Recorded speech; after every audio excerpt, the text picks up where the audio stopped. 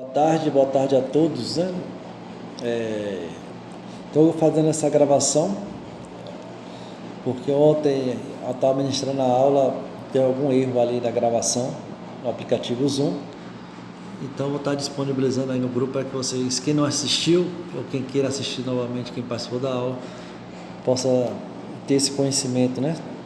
Lembrando que nossas aulas vai ser em 13 dias, 13 encontros, até a primeira semana de dezembro. Vai ser todas as quartas-feiras, e quando tiver uma quarta que for feriado, a gente vai deslocar para um outro dia, e isso a gente comunica previamente. Me chamo Ramon, sou professor de vocês, trabalho mais de 15 anos, né, na área industrial, dou aula também em cursos técnicos, e espero compartilhar um conhecimento um pouco do que eu tenho com vocês para a gente aprender juntos. Qualquer dúvida que venha a surgir, vocês podem estar também me procurando lá no grupo, até me solicitando qualquer intervenção lá no privado, ok? Falar um pouquinho sobre gestão de estoque. Então, primeiramente, entender que toda operação em manufatura existe estratégias, né? E quais são as principais estratégias, ou as estratégias que são utilizadas em produção ou qualquer manufatura? Primeiro é trabalhar com custo. Quem trabalha sempre ouviu falar nessa palavra, custo, né? Diminuir os custos produtivos. Depois vem falar em qualidade, é trabalhar de maneira dentro da especificação. Aí vem os prazos, né? Atender. Flexibilidade, as empresas precisam ter uma gama muito flexível, tanto de produtos ou serviços a ser prestado para o cliente. Inovação, sempre trazer coisa nova, né, que venha surpreender o cliente. Produtividade, não basta só produzir, mas tem que ter produtividade, ou seja, produzir com eficácia, né? E tecnologia. Sem a tecnologia hoje, a gente não consegue desenvolver bem nossos trabalhos.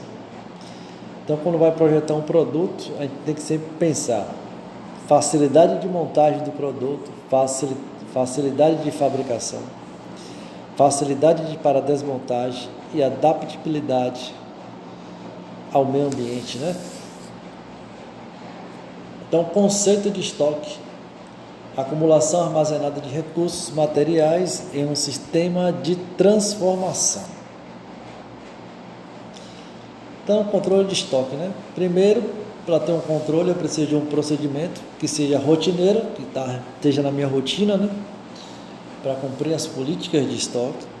Depois, abrange as quantidades disponíveis numa determinada localização e acompanhar suas variações ao longo do tempo, né? Que a gente fala o nome de inventário. E pode ser desempenhado tanto manualmente ou por computador. Qual a diferença de um de outro? São a velocidade, que a gente tem que mensurar, que é a velocidade que nós queremos, a precisão e o custo disso. Aí vem a questão, a diferença de conceito de armazenagem para estocagem. A armazenagem inclui todas as atividades de um ponto destinado a guardar temporária ou a distribuição de materiais. Já a estocagem é uma das atividades do fluxo de materiais dentro do armazém. E o ponto destinado à locação estática dos materiais. Então, a estocagem é uma parte da armazenagem. Então, vamos entender que a armazenagem é o todo e a estocagem faz parte desse todo que é o armazém. Gerenciamento de estoque: processo integrado pelo qual são obedecidas as políticas da empresa e da cadeia de valor com relação aos estoques. Então, para que um planejamento e o controle de estoque funcione, eu preciso de um fornecimento de produtos e serviços, que no final disso eu vou ter uma demanda, né, para oferecer produtos ou serviços. A mesma coisa ali embaixo: compensação dos diferentes ritmos entre fornecimento de demandas e materiais. Eu vou depender do recurso que eu recebo de produção, que logicamente eu vou transformar isso para ir diretamente para os consumidores. Então, essa analogia aqui, com essa figura, é muito boa, né? A válvula, a torneira, significa o processo de entrada para que um estoque funcione.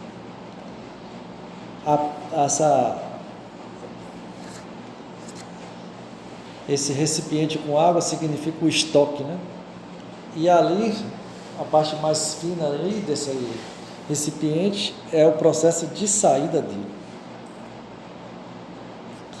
Tipos de estoque: nós podemos ter estoque de matéria-prima, de produtos em processo, produtos semi-acabados, produtos acabados, estoque de distribuição, materiais para manutenção, reparos e operações produtivas e expedição.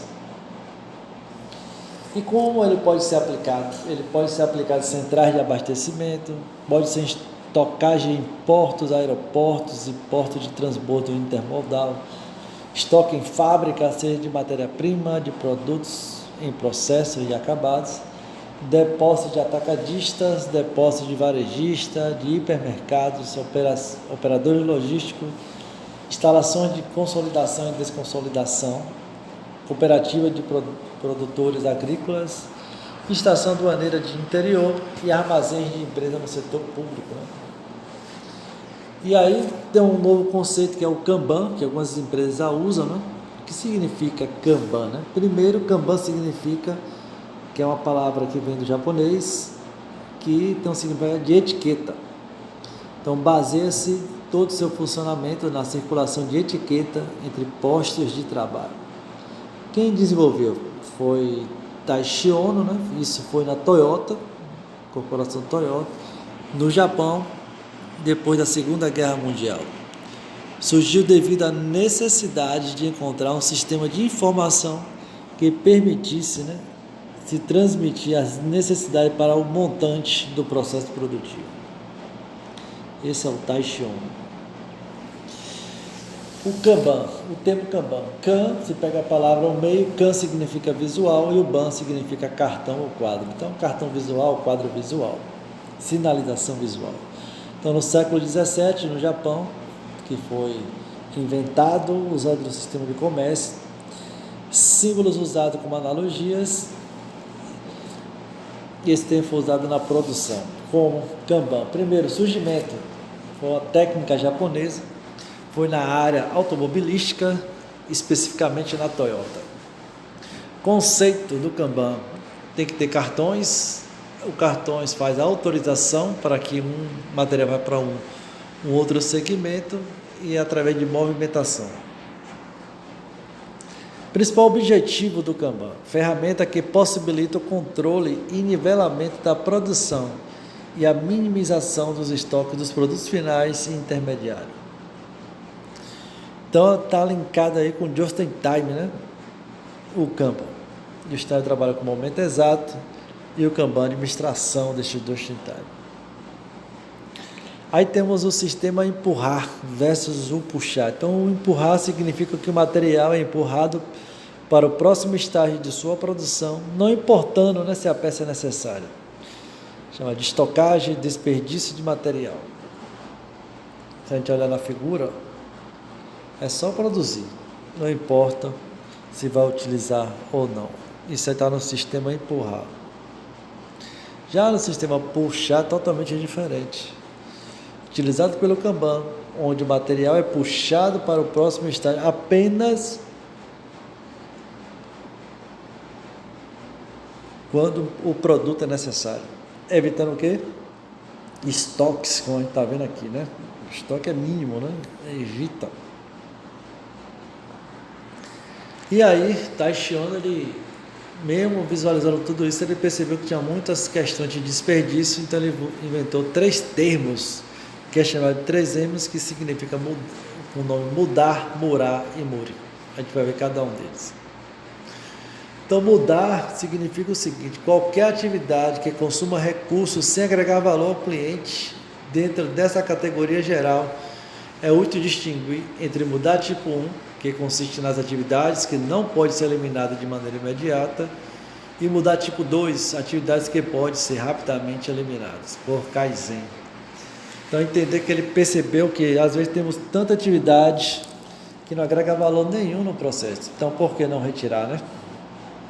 E murar significa falta de regularidade em uma operação, com altos e baixos na programação, causados não pela demanda do cliente final, mas em verdade pelo sistema de produção, ou um ritmo de trabalho irregular em uma operação, fazendo com que os operadores tenham picos de trabalhos intensos e depois momentos de espera. Então esse mural fala muito da questão de a produção ser de maneira regular, regularidade, né? Manter um único ritmo de trabalho, porque não pode ter oscilações, né? Pode acontecer muitas vezes de determinado ponto do dia, as pessoas trabalham muito, e quando chega na parte da tarde não tem mais nada para fazer. Isso significa que tem alternância de ritmo, e isso é ruim. E o muri significa sobrecarga intensa dos equipamentos ou dos operadores, exigindo-se que operem em um ritmo mais intenso ou acelerado, empregando mais força ou esforço, por um período maior de tempo do que aquele que o equipamento pode suportar, ou que permite um gerenciamento adequado do pessoal. Então aqui já está falando muito de equipamentos, maquinários, ou até mesmo pessoas, né? Todos que são colocados sob sobrecarga, vai chegar um momento que tanto o maquinário como a pessoa vai começar a ser deficiente naquilo que está fazendo. Então o Kanban, o fluxo, como é que funciona? Sempre circula da esquerda para a direita, passando de um posto depois para o outro. Esse sistema ele funciona por cartões.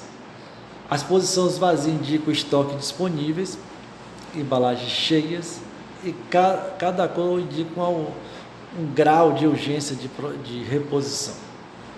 Os cartões são colocados do verde para o vermelho. O verde define o nivelamento da produção, o amarelo é o tempo de resposta e o vermelho é a segurança necessária que o cliente não pare de produzir, para que os clientes não parem de produzir. Aqui está a base de segurança de cada um. O vermelho, quando o estoque está no cartão vermelho, significa que tem 4 horas como segurança, o amarelo 4 horas como resposta e o verde 20 horas ainda de aguardo de produção. Os Kanbans também podem ser feitos de forma diferente, em caixas, né? Seguindo o mesmo conceito, da esquerda para a direita. Da esquerda vai alimentando a caixa de cima, que está vazia, a caixa do lado direito já passa para a parte de baixo vazia, e aí vai fazendo esse ciclo, né? Tipos de Kanban: temos Kanban no processo, temos Kanban integrado, cliente-fornecedor, temos Kanban almoxerifado, que é diretamente nos supermercados, e temos o Kanban informatizado. Também no Kanban de produção, precisam ter a sinalização de cartões ou caixa, depender, e a circulação tem que acontecer da etiqueta junto com as peças. Já foi. E aqui algumas regras, né? O sistema Kanban funciona baseado no uso de sinalizações para ativar a produção e movimentação dos itens pela fábrica. Estas sinalizações são convencionalmente feitas com base nos cartões Kanban e nos painéis porta-Kanban. Porém, pode utilizar-se de outros meios que não cartões para passar essas informações. Então, os cartões Kanban convencionais são confeccionados de material durável para suportar o manuseio decorrente do giro constante entre o estoque do cliente e do fornecedor do item. E cada empresa, ao implantar seu sistema Kanban, confecciona seus próprios cartões de acordo com suas necessidades de informação. Então, o sistema Kanban tradicional emprega painéis ou quadros de sinalização junto aos pontos de armazenagem, espalhando, né, pela produção, com a finalidade de sinalizar o fluxo de movimentação e consumo dos itens a partir da fixação desses cartões. Então, Kanban de movimentação, temos o Kanban de transporte, que é o sinal que autoriza a movimentação física do produto, e supermercado fornecedor ou para o supermercado cliente. Temos o Kanban eletrônico, né, que é aí o uso da tecnologia, que é muito boa porque a sinalização é de imediato, evita a perda de cartões e tem uma integração com o sistema, né? Algumas regras. Primeira regra: o processo subsequente, que é o cliente, deve retirar no processo procedente fornecedor os itens de sua necessidade apenas nas quantidades e no tempo necessário. Importante. Essa primeira regra do sistema Kanban é a chave do sistema puxar a produção, diferenciando dos sistemas tradicionais de empurrar. Então, como consequência direta desta regra, temos que qualquer requisição de itens sem um cartão Kanban autorizando é proibida, bem como qualquer requisição de itens em quantidades diferentes também deve ser proibida. Regra 2. O processo procedente fornecedor deve produzir seus itens apenas nas quantidades requisitadas pelo processo subsequente cliente. Importante. Essa regra tem como objetivo limitar os estoques em processo nos postos de trabalho, ou seja, limitar o número de estoque, né? Não produzir acima daquilo que precisa, necessita. Então, em decorrência dessa regra, pode-se afirmar que qualquer produção diferente da autorizada pelo cartão Kanban é proibida.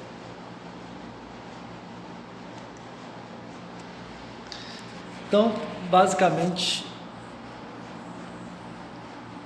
é isso. Vou só mostrar para vocês aqui. Deixa eu mostrar aqui para vocês uma avaliação para vocês fazerem aí. Rapidinho.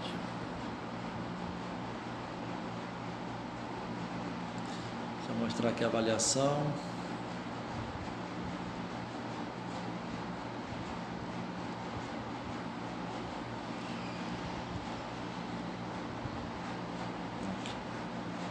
Vou cortar isso aqui também.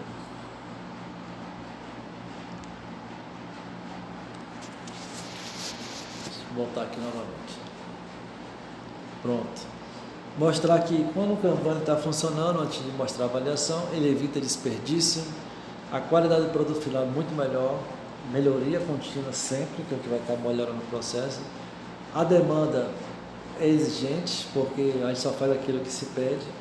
Práticas gerenciais, a gente vai aprender sobre isso, não vai ter estoque.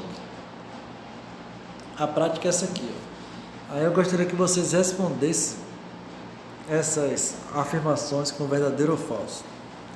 Que é, Kanban é uma palavra do vocabulário japonês que significa etiqueta. Kanban foi desenvolvido no Japão depois da Primeira Guerra Mundial por Taisho. O sistema empurrar evita desperdício de materiais. Os 3 M's usados pela Toyota tinham o objetivo de eliminar o desperdício. Mudar significa qualquer atividade que consuma recursos sem agregar valor ao cliente.